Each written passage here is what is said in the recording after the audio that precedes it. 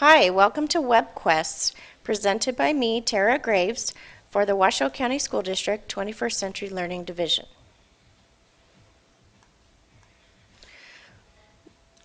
The webinar objectives are as follows. Define WebQuest and identify each part of a WebQuest. Share samples of each part. Show you where to find WebQuests to use and templates for making them. Share benefits and best practices for using them, and motivate you to explore WebQuests more in depth. Our guiding framework is what we call the 6 dimensions of 21st century learning. This one-page guide is what we use when we work with teachers on planning their learning activities. You can see across the bottom the 6 dimensions: collaboration, knowledge construction, real-world problem solving and innovation, use of technology for learning, self-regulation, and skilled communication. We created this guide based on the Microsoft Innovative Teaching and Learning Research, and you can also access each of these dimensions more in depth through our website. When the video stops, you'll be directed to a link where you can download this guide and save it for future reference. Basically, how this works is when you're planning a learning activity or parts of your lesson plan, and you want to see how it relates to a 21st century learning environment. Let's say that collaboration is a good fit for that learning activity. Students, you want students to work together instead of independently or whole class. So if you want to see how it works, you read the descriptor here about collaboration, and you start moving up the boxes here. So looking at your activity and thinking about, are students required to work in pairs or groups? So if you can say yes they are, then you're well on your way to a strong dimension of collaboration in this lesson. Then you can move up to the next box where it says students have shared responsibility.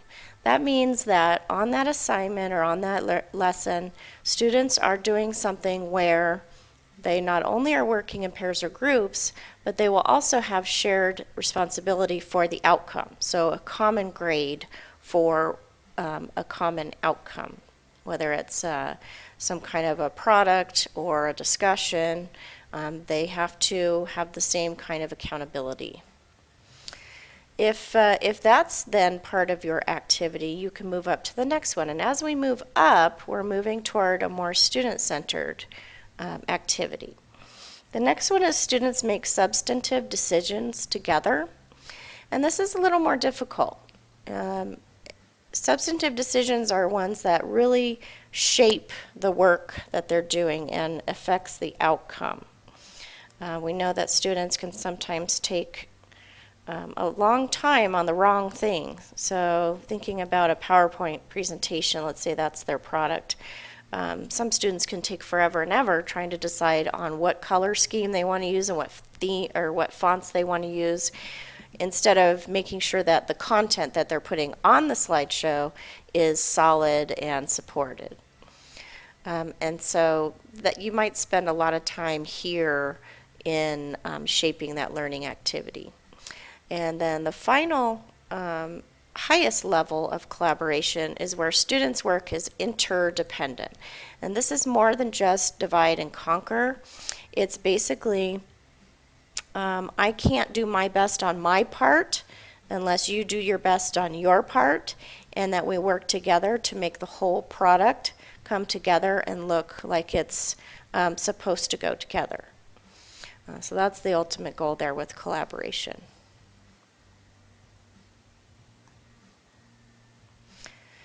Okay. So first, let's answer the question, what is a WebQuest? This is an inquiry-oriented lesson format in which most or all the information that learners work with comes from the internet. It was developed by Bernie Dodge in 1995 at San Diego State University. Also, his partner in this was Tom March, also at San Diego, in the San Diego School District. So it's been around for quite a while, the concept of a WebQuest. And it's not a scavenger hunt. It is purposeful, and it is set up in a certain way. So we're going to look at the different parts of a WebQuest, and what better way to hear what a WebQuest is than from our students themselves who are participating in one. So when the video stops, you'll be directed to a link to go ahead and watch this video. It is 8 minutes long, and when it's done, you can continue with the webinar.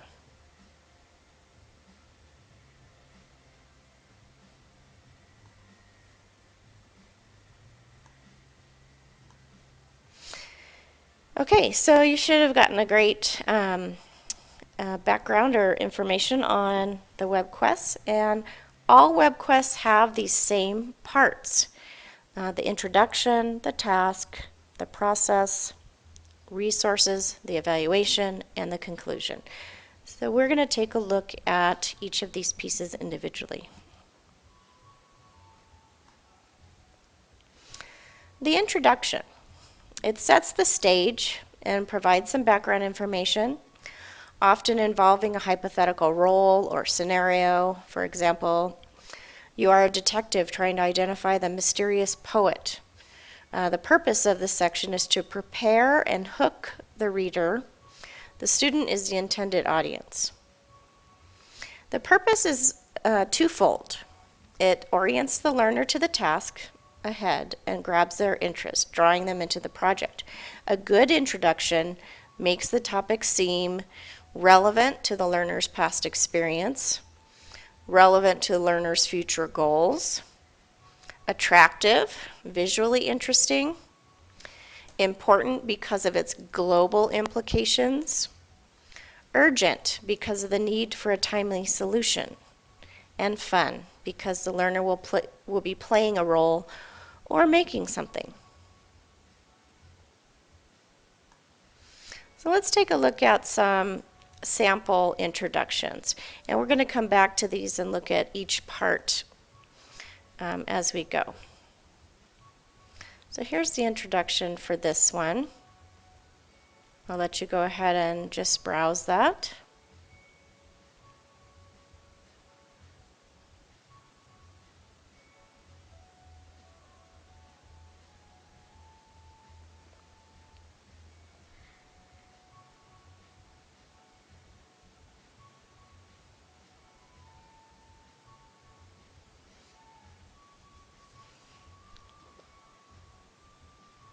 This one's pretty interesting. I would want to explore further, and I think students would as well. And it gets them thinking in a different perspective as well.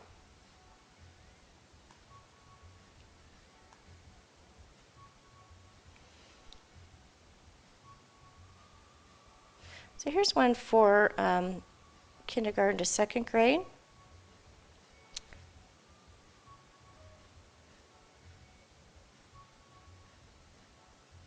Okay, so a little more simple.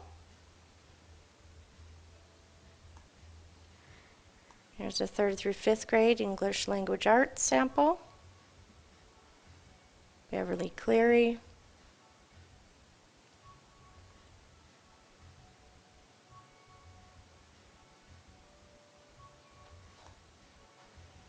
Here's a 6th through 8th grade math. And here's the introduction. How many math teachers have heard this at least 20 times a day?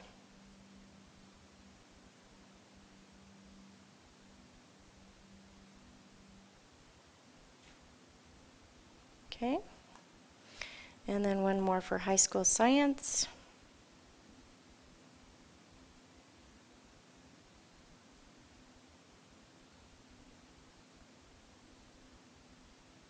Okay, all very interesting.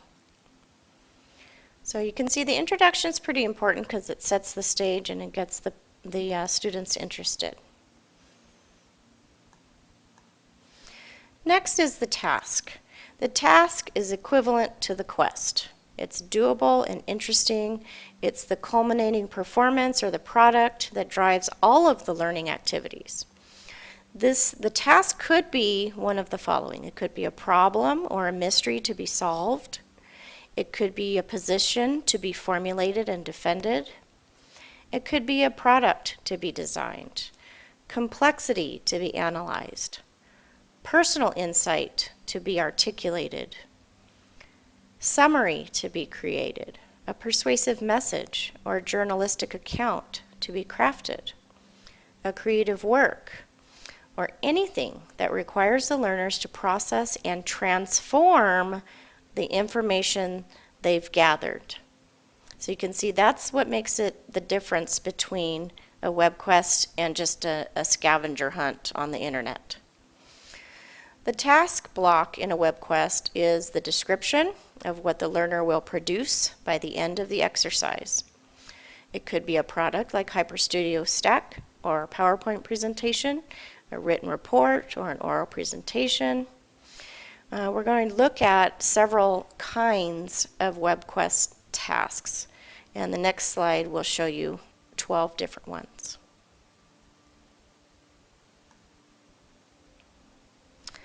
So this is the taskonomy, a little play on words there. It could be a retelling task. Sometimes all you're asking of students is to absorb some information and then demonstrate that they've understood it. Research reports like these are bread and butter activities that don't break much new ground in educational practice, but they can provide an easy introduction to the use of the web as an information source. Students can report on what they've learned using different presentation tools or creating a poster or something if you're thinking of low tech, but also using other tools online. These are the most commonly found web quests and the least challenging or interesting, but they can serve a purpose. More importantly, a retelling task could be used as an interim step to develop basic understanding of a topic in combination with one of the other task types. So our next one is compilation. It's a simple task for students to take information from a number of sources and put it into a common format. We might also call that curating or a mashup. The resulting compilation might be published on the web, or it might be some tangible non-digital product. Ideally, a compilation task familiarizes students with a body of content and provides them with practice in making selection choices and explaining them, as well as organizing, chunking, and paraphrasing information drawn from a variety of sources in a variety of forms. That's really good for students to learn how to do that, how to take the information they're finding online and evaluate it, synthesize it, and just repackage it. The next one is a mystery. Everyone loves a mystery. Sometimes a good way to lure your students into a topic is to wrap it in a puzzle or a detective story. This works well at the elementary school level, but can also be extended all the way up to adult learners. A well-designed mystery task requires synthesis of information from a variety of sources. Create a puzzle that cannot be solved simply by finding the answer on a particular page. That kind of goes along the lines of not giving kids assignments that they can Google the answer to. It's a good practice to be aware of. Mystery tasks can seem somewhat inauthentic because of the fictionalizing they require, though the trade-off in increased learner interest can make it worthwhile. Our next one is journalistic. This journalistic task, is there a specific event at the core of what you want your students to learn? One way to craft a WebQuest is to ask your learners to act like reporters covering the event. The task involves gathering facts and organizing them into an account within the usual genres of news and feature writing. In evaluating how they do, accuracy is important and creativity is not. To design such a lesson, you'll need to provide the right resources and establish the importance of fairness and accuracy in reporting. So this would go well if you're doing any kind of current event study or wanting to look at different viewpoints on the same event. Our next one is design. Design is a plan or a protocol or for carrying something or carrying out something or accomplishing something. A WebQuest design task requires learners to create a product or plan of action that accomplishes a predetermined goal and works within specified constraints. The key element in a design task is to build in authentic constraints. Asking students to design an ideal X without also requiring them to work within a budget and within a body of legal and other restrictions doesn't really teach much. In fact, an unconstrained design task teaches an illusory anything goes attitude that doesn't map well onto the real world. So when they're having to design something, again, you need to give them parameters and specific constraints to make sure that they stay focused and they don't wander off into fantasy land. Creative products. Might students learn about your topic by recasting it in the form of a story or poem or painting? Like engineers and designers, creative artists work within the constraints of their particular genre. Creative WebQuest tasks lead to the production of something within a given format. For example, a painting, a play, a skit, a poster, a game, simulated diary or song. But they are much more open-ended and unpredictable than the design tasks. The evaluation criteria for these tasks would emphasize creativity and self-expression, as well as criteria specific to the chosen genre. Balanced against the constraints, a task of this type should invite creativity by being somewhat open-ended. There should be enough wiggle room in the assignment that a student or group of students will be able to leave a unique stamp on what you're asking them to do. Our next one is consensus building. Some topics go hand in hand with controversy. People disagree because of differences in their value systems, in what they accept as factually correct, in what they've been exposed to, or in what their ultimate goals are. In this imperfect world, it's useful to expose future adults to such differences and to give them practice as resolving them. Consensus building tasks attempt to do that. The essence of a consensus building task is the requirement that differing viewpoints be articulated, considered, and accommodated where possible. For better or for worse, current events and recent history provide many opportunities for practice. Persuasion. There are people in the world who disagree with you. Shock. They're wrong, of course, so it's useful to develop skills in persuasion. I know many teenagers are very good at persuasion. A persuasion task goes beyond a simple retelling by requiring students to develop a convincing case that is based on what they've learned. Persuasion tasks might include presenting at a mock city council hearing or a trial, writing a letter, editorial, or press release, or producing a poster or videotaped ad designed to sway opinions. Persuasion tasks are often combined with consensus building tasks, although not always.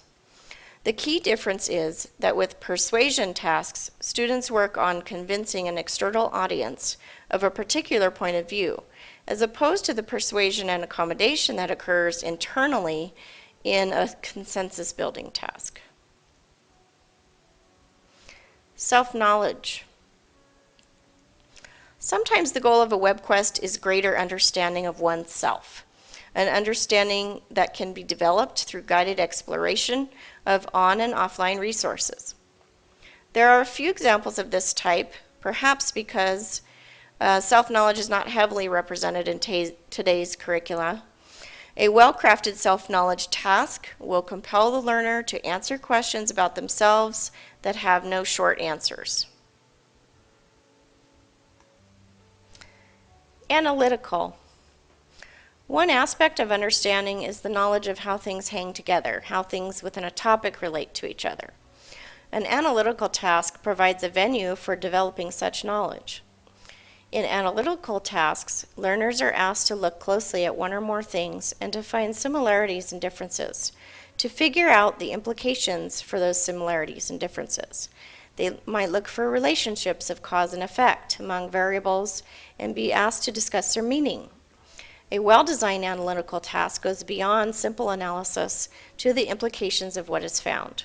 For example, while creating a Venn diagram comparing Italy with England is a fine task, a better task would include some requirement to speculate or infer what the differences and similarities between the two nations mean. Judgment. To evaluate something requires a degree of understanding of that something as well as an understanding of some system of judging worth. Judgment tasks present a number of items to the learner and ask them to rank or rate them or to make an informed decision among a limited number of choices. It's common, though not required, that learners play a role while accomplishing a judgment task. Excellent WebQuests of this type have been developed within a mock trial format. It is important to get learners to explain and defend their system of evaluation, and that is definitely part of the Common Core. Scientific. The scientific method led to the technology that led to your reading of these words. Science permeates our society, and it's critical that today's children understand how science works, even if they never don a white smock and carry a clipboard around. The internet brings both historical and up-to-the-minute data to our doors, and some of it can provide practice at doing real science. The key to making a successful WebQuest of this type is to find questions that can be addressed by the kinds of data available online, making sure that they're more relevant and related to our standard science curriculum, and making sure that they're not so well known that crunching the numbers becomes an exercise in going through the motions. So those are the 12 different types of tasks. When the video stops, I'd like you to consider which type might you want to start with.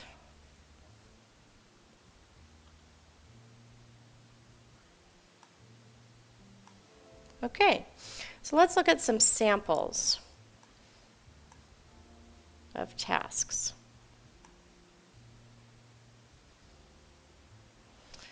All right, here's the task.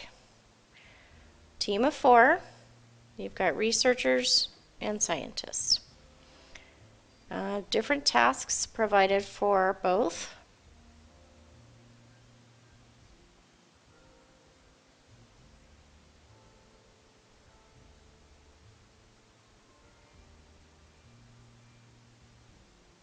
Okay, so there's one sample. Okay, so the task, this is the one we saw earlier. K2.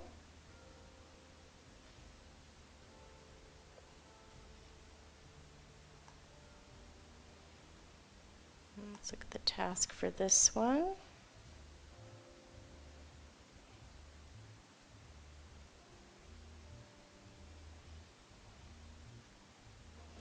So this one says basically they're going to be completing their own author study.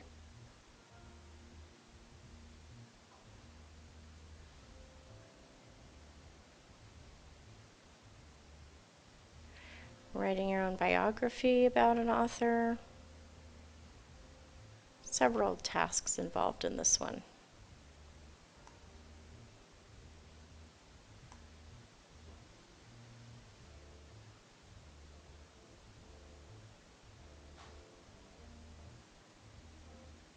Okay, so this one's a research one looking at career options. And they'll create a project with Google Presentations.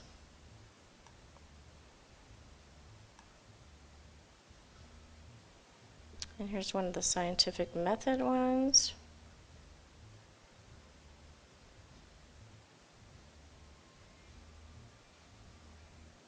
Okay.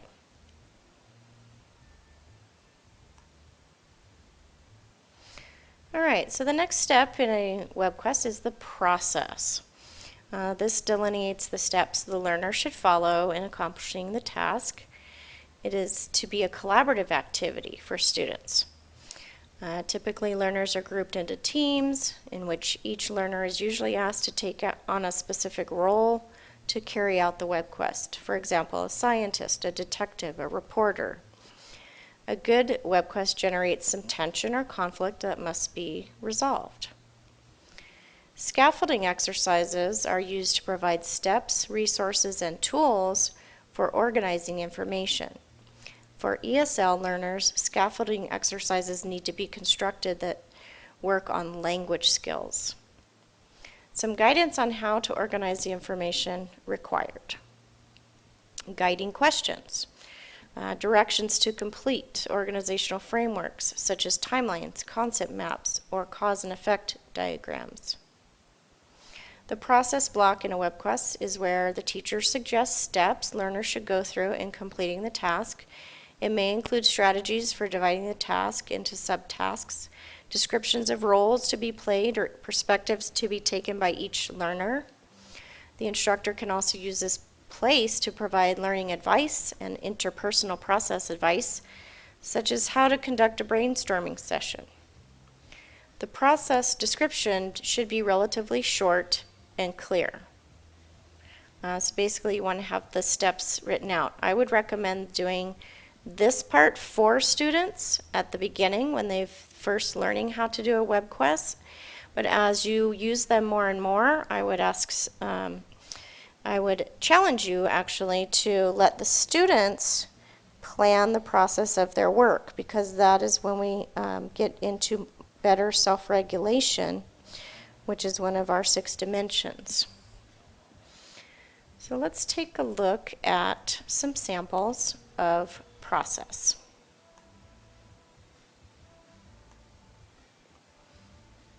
So going back to our other examples.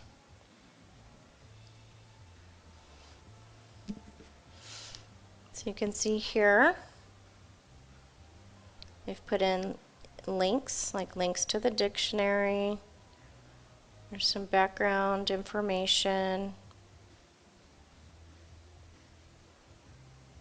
step by step, and then the job for each role. So this is what I'm talking about. When you've done more than one WebQuest, it might be helpful to have students add to the process and figure out the subtasks.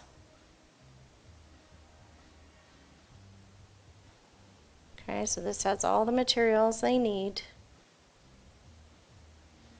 as well.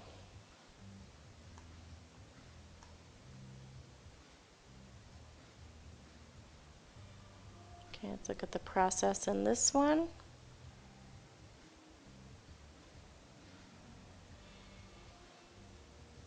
Come back to that one. This website is pretty slow. Go ahead and select. All right, this one goes pretty fast. So process. See how it's written in steps. The links are provided. Okay, pretty self-explanatory there.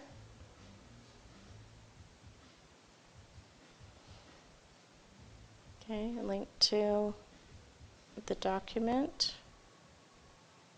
and other important links.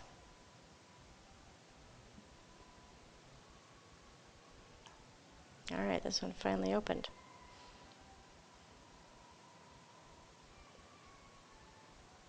Okay, there's the process for that and the roles.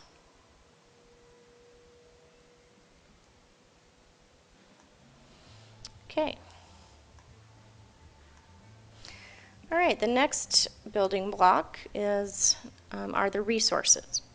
It's a set of information that students need to complete the task. This can include websites, experts available via email or real-time conferencing like on Skype or Twitter, searchable databases on the internet, video or audio material, books, and other documents that are physically available in the learner setting. So it's not always things that are online. Okay.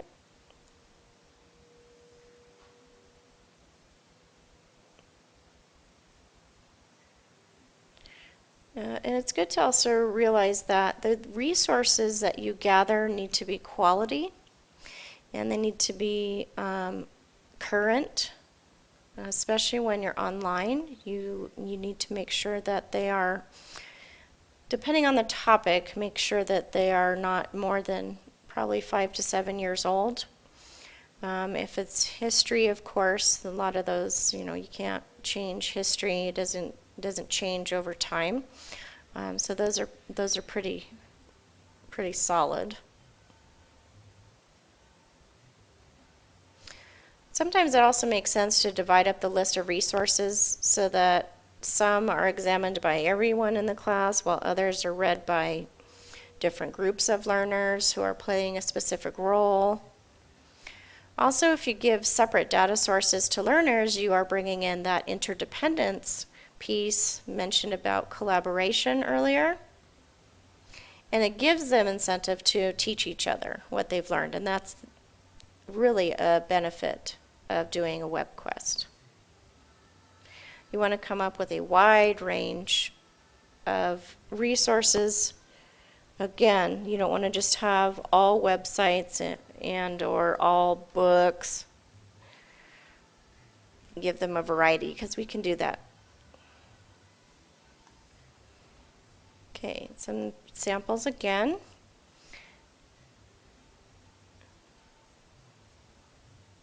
Oh, went too far down on that one. So all the links here.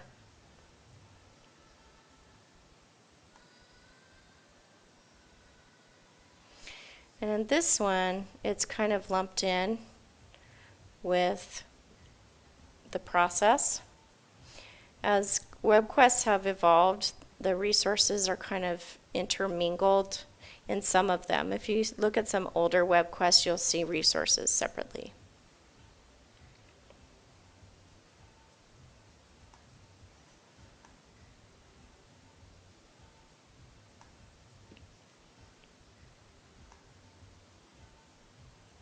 As we saw here, this one is all the resources are listed here. This one only has one. This one has several. So you have the process and you have the resources.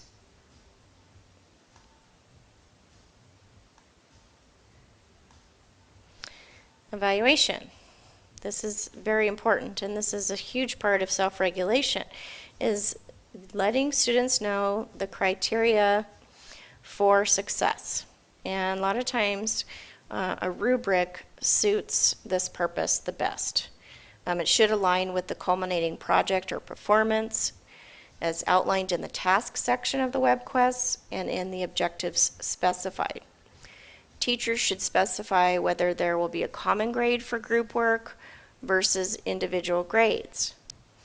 And thinking back to that collaboration on our 6 dimensions guide, the best practice is that students have that shared responsibility for the outcome.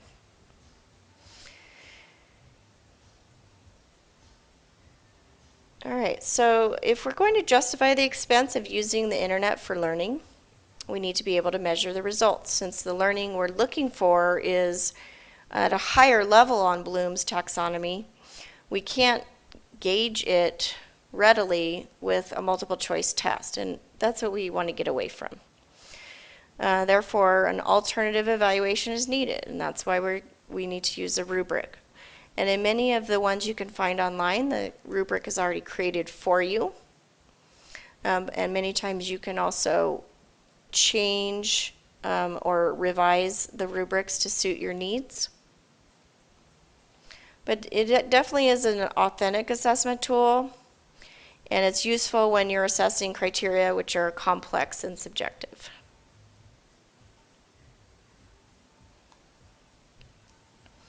Let's go back to our WebQuests and look at the samples.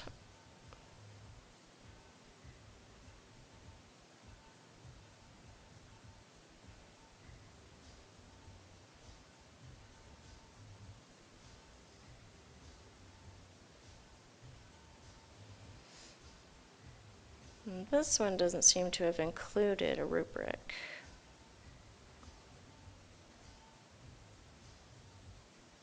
Let's look at the feedback here. Yeah, this one didn't include a rubric.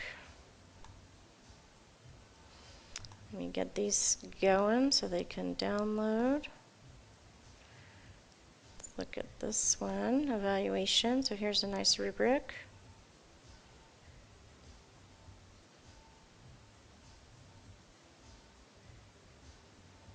And this is on the final product, which is a presentation.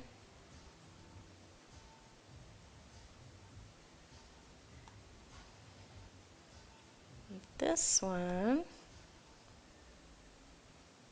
go ahead and open it.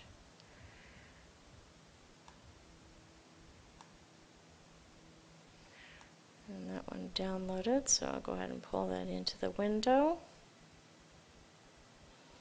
And this is the science one. So they're looking at the different parts of the scientific method.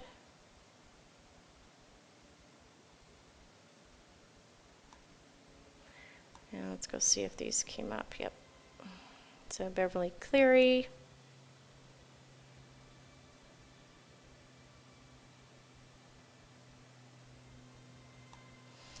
And the kindergarten through second grade one with the traffic signs.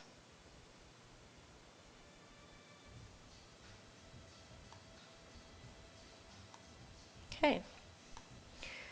And then the last piece, the conclusion. This brings closure to the WebQuest. It reminds the learners about what they've learned and perhaps encourages them to extend the experience into other domains.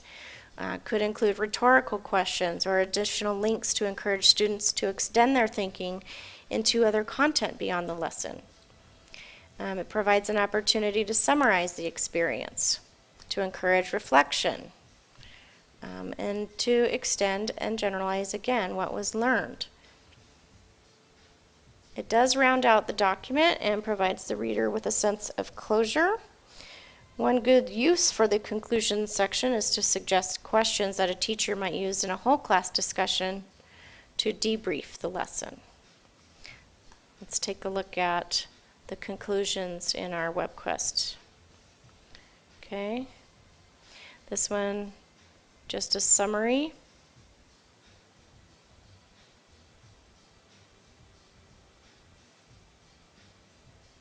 Okay,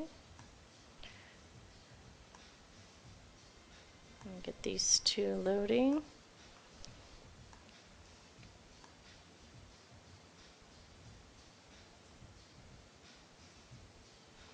So you have these rhetorical questions.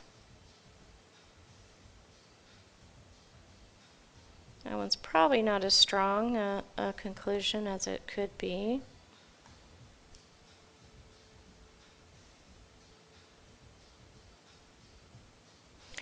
Again, this then leads them further to, if you want to conduct more experiments. So here's some links talking about safety rules. Just a nice way to summarize and close it out.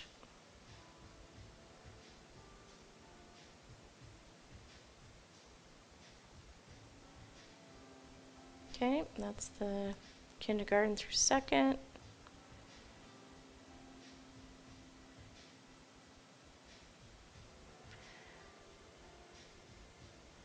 Okay, so those are our samples. The teacher's page is not always included, but most of them have them. And basically it's just information teacher to teacher for how to implement the WebQuest. So it includes who the target grade level or learners are, the standards, specific objectives, there's notes, there's examples of student work. And it really helps you when you are new to WebQuest because it also gives you information you can add to your lesson plan. So all the pieces of a lesson plan can be found typically on the teacher's page. What's really nice too is that teachers who are using it or who created it can give you good classroom management tips. And let's look at the teacher pages. And go up to the top on this one. I'm not sure if this one has one actually. Yeah, this one didn't have one.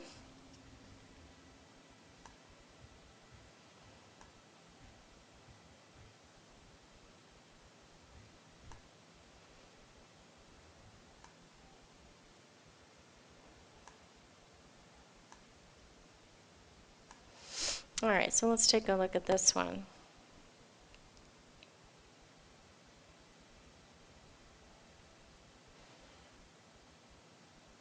And this one doesn't give you much.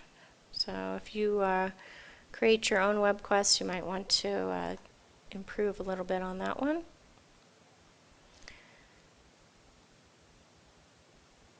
And this one's just talking about personal information about the teacher. This is a better example. So what standards it goes with.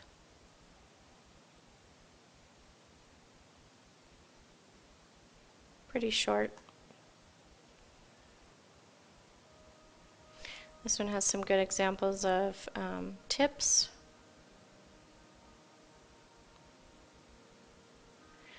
And then standards for the state they work in. And then other materials they might need.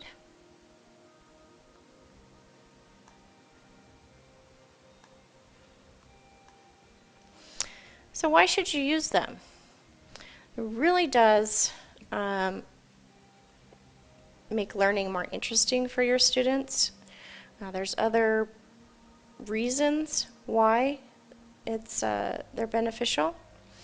It puts the good WebQuest will put the power of the internet behind the topic. You can show students or let them discover for themselves, not just tell them.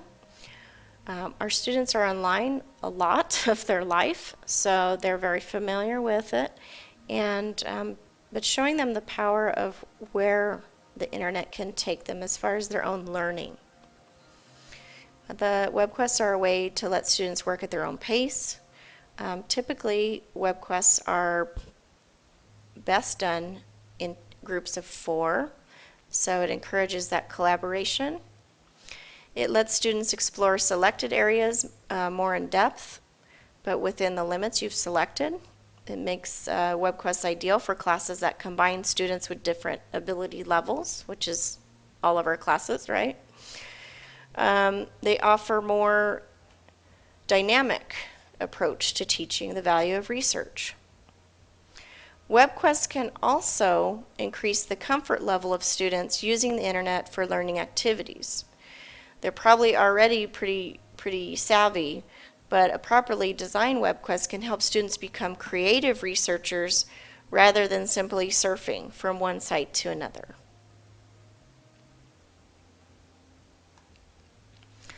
Some things to consider. You need to make sure that you do the best you can to have students working in a group of 4. 4 is kind of that magic number. You don't want the group to get so large that collaboration becomes pretty difficult, and you don't want it too small where the workload is too much. You also want to make sure that anytime you're using a WebQuest that you did not create, that you check everything. You go through the entire WebQuest, check all the links, both to make sure that they're still working, that you don't have this 404 error coming up, that the page is not found, but also to make sure the content is appropriate. You also want to think about how much time you have to do the WebQuests. And also, um, making sure it's relevant to the topic. Some places to find WebQuests. WebQuest.org is the original site from San Diego State University. And Quest Garden is also part of that site. So let me just click through.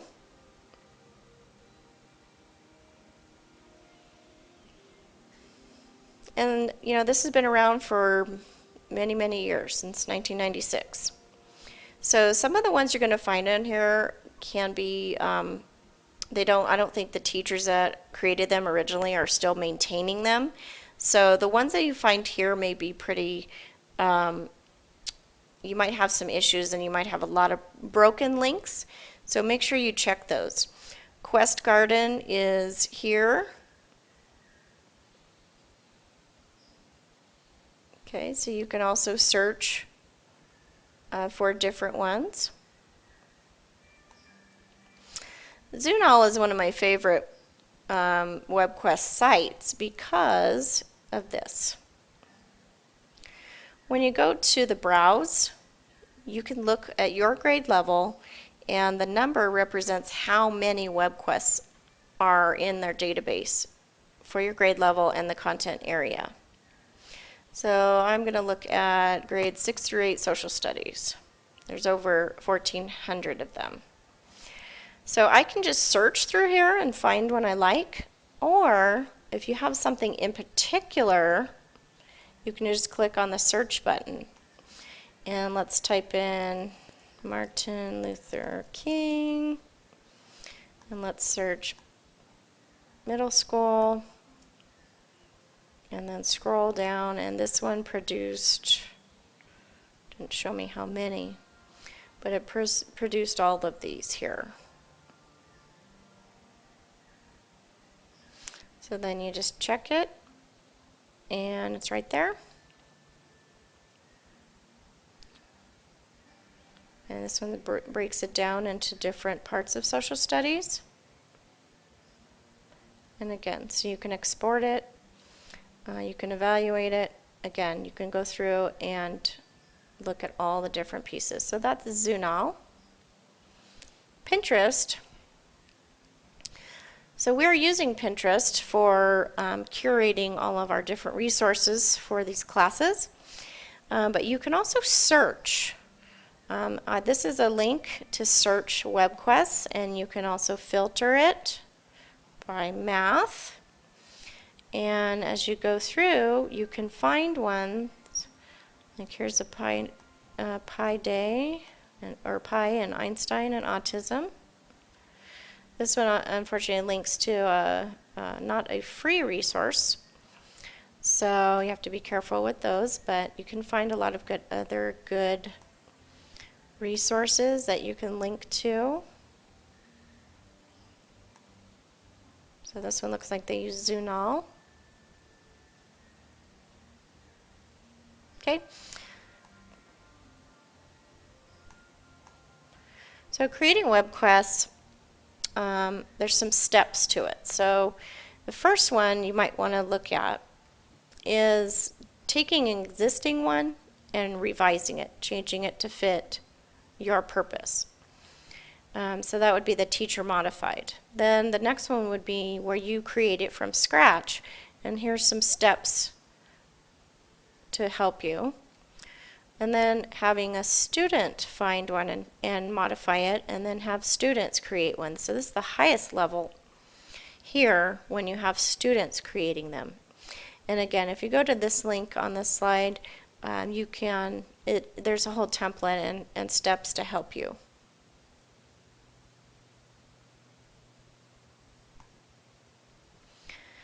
Best practices.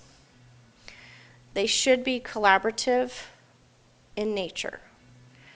They should always involve more. They are not meant for students to do individually. It should invoke and foster critical thinking, problem solving, and innovation. They should require written and oral communication within the task. They should be using technology for learning all the way throughout. supporting knowledge construction, so they're learning as they are on the quest. They do provide, let's go to the next one, formative and summative assessment. And they do relate nicely for the various learning styles. They should be relevant and also relate to the real world. They should have a real world problem within the task itself. And then the accountability piece goes with that self-regulation and also collaboration, where both the individual and the team itself is responsible for the outcome.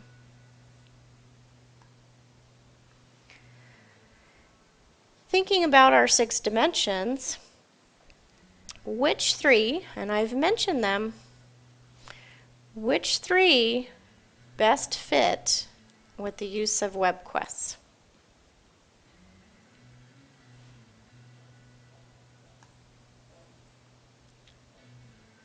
Did you get them right? Okay, so we have talked about collaboration number 1. Students are working together in pairs or groups, and again, groups of 4 is the best practice. They have shared responsibility for the outcome.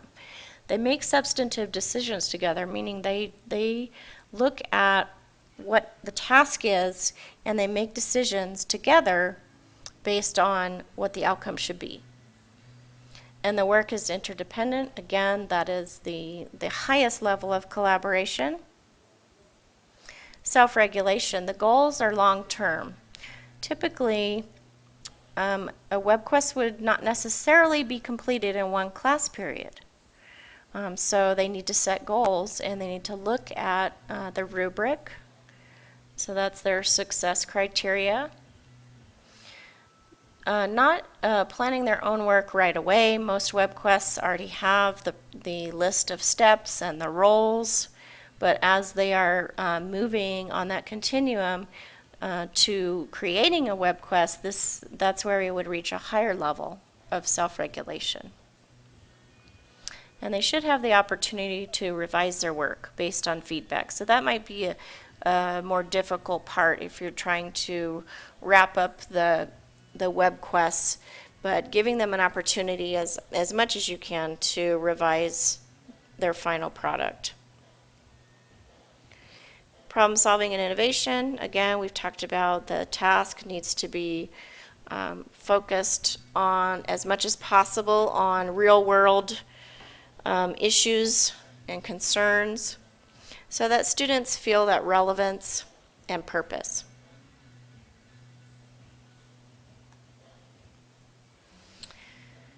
So more ideas on the Pinterest board. I'll go ahead and click on the icon and show you.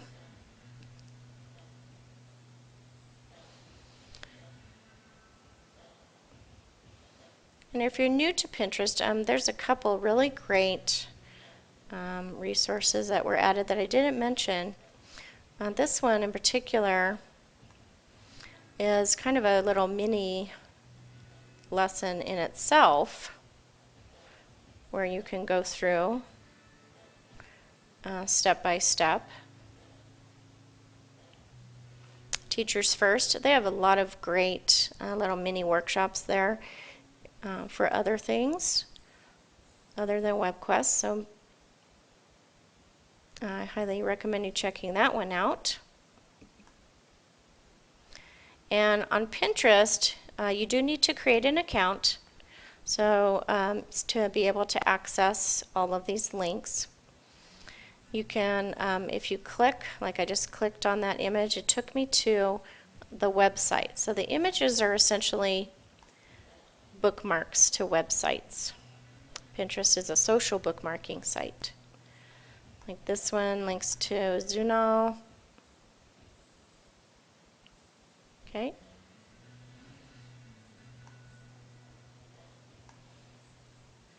Okay.